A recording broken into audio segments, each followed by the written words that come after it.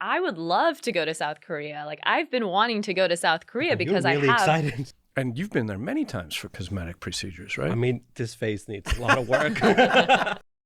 아시아 지역의 이슈를 다루는 CNN의 한 프로그램에서 중국계 미국인 기자가 출연해 아시아 의료 관광을 주제로 이야기를 나누고 있습니다. 이날 출연한 스테파니 양은 얼마 전 미국인들은 어떻게 아시아 여행을 통해 건강을 되찾게 되었나? 라는 제목의 기사를 게재했었는데 주요 내용은 미국의 비싼 의료 비용과 복잡한 보험 절차 그리고 치료를 받기 위해 기다려야 하는 긴 대기 기간 때문에 미국인 환자들이 중국과 한국 등 아시아로 치료를 받으러 가는 사례가 급속하게 늘고 있다는 것입니다.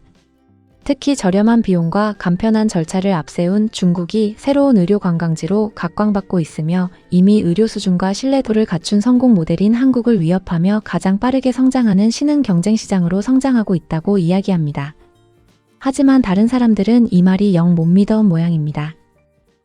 I read your excellent article about medical tourism in Asia. So you've talked about how China's becoming a major player now. It's emerging as a major player. South Korea, of course, is an established industry. And then Macau starting kind of like a nascent niche industry, medical tourism industry. But let's start with China because How big is it? I mean, are they really players? Are they a destination?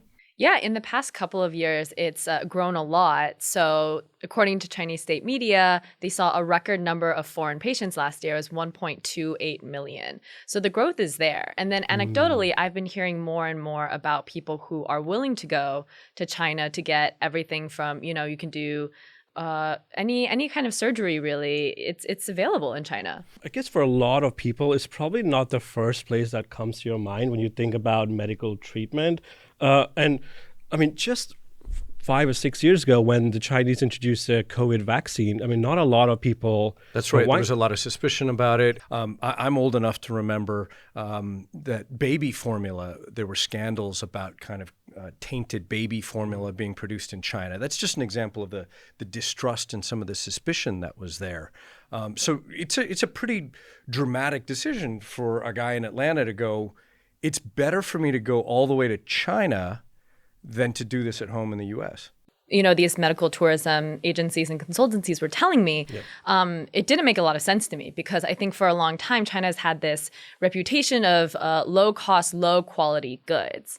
But only in the past 5 to 10 years, they've really started to turn that narrative around. If you look at some of the homegrown Chinese champions, if you look at BYD outperforming a lot of electric vehicles. vehicle, right? Yeah, Okay. if you look at Huawei, they have, they're very, very competitive in phones and electronics. But it's really different to have people start digging around in your body.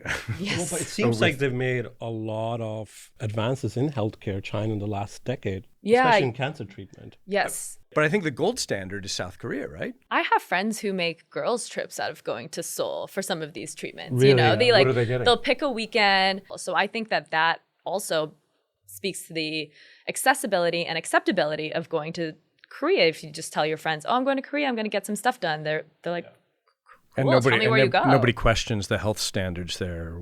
No, I guess. not really. So basically, if I want to go and get my face smoothed out and get rid of all these wrinkles and bags and sunspots, I can go fly off to South Korea and I've got just a plethora of doctors and choices. Yeah, it's actually, I've even thought about going, but it's actually really overwhelming, the list of things that you can do that I can't even really understand most of them. Yeah, I mean, I would love to go to South Korea. I kind of want to go to a clinic and tell them, what should I do? choice, But I think yeah. that's a dangerous path to go down. But the reason that I haven't done it yet is because I'm worried about the risk. Like, I don't speak Korean. I don't know exactly which clinic.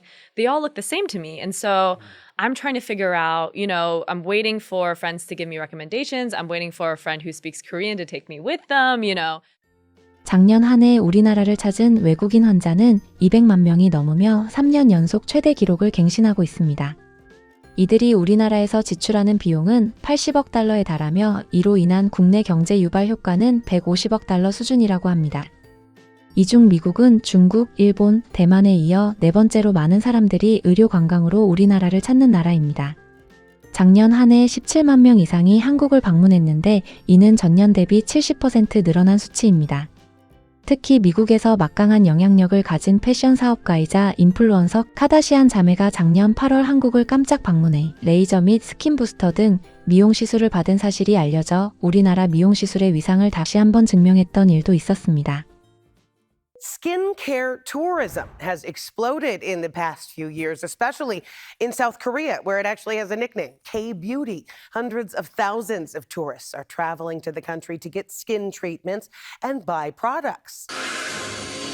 South Korea has really positioned itself as sort of this hub for their incredible glass skincare. For some Americans, Kim Kardashian provided the introduction to Korean skincare.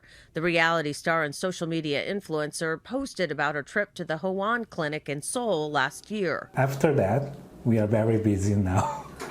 A doctor's consultation kicks off the clinic's process, which I experienced. Undergoing 7 different procedures with varying degrees of pain. All of it left me looking like this, which transformed into a noticeable difference weeks later with the use of skin boosters only found in South Korea. 시청해주셔서 감사합니다. 앞으로 더욱 알차고 재밌는 내용으로 찾아뵙겠습니다.